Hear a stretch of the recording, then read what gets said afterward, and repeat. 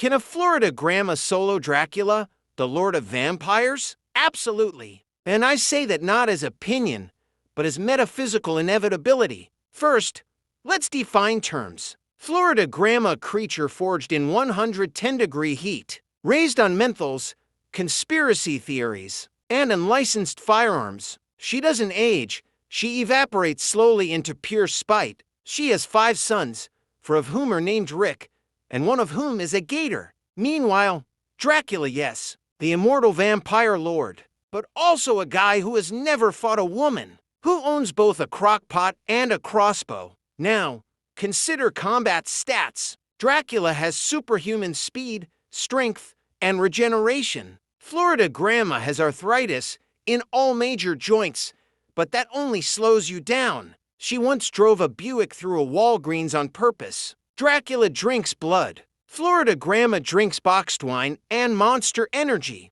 Zero Ultra.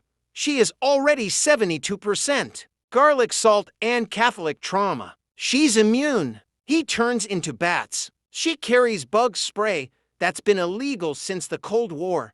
Bats, evicted. He fears holy symbols. She has 6 rosaries, a plastic Jesus in the glove box, and the uncanny ability to guilt spirits into leaving. Now let's model the actual encounter. Dracula descends on a humid Miami night, cloak flapping, eyes glowing, ready to feast. Florida grandma is sitting on the porch, plastic flamingo watching. She squints, sees the cape, recognizes communist fabric, instinctively reaches for her flip-flop, what Latins call the chancla, a weapon of infinite range and impossible trajectories. Dracula lunges. She hits him midair with a chancla, so charged with generational disappointment it erases his accent. He tries to hypnotize her, but Florida grandma cannot be mind-controlled. She's been divorced 3 times and once dated a man who owned 5 snakes and no bed. Her psyche is non-Euclidean. She invites him in.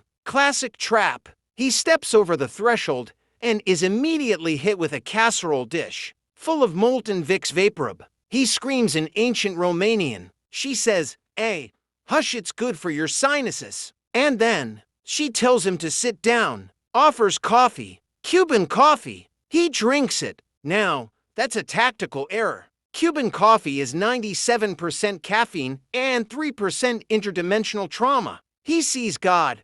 God sees her. They both nod, and that's when she begins to gossip. In a tone so lethal, so omnidirectional, it ruptures time. Dracula withers under tales of people he's never met but now feels responsible for. He begs for death. She denies him. Now he has to call every Sunday. And that, dear viewers, is why the real horror is a Florida grandma's passive-aggressive hospitality QED.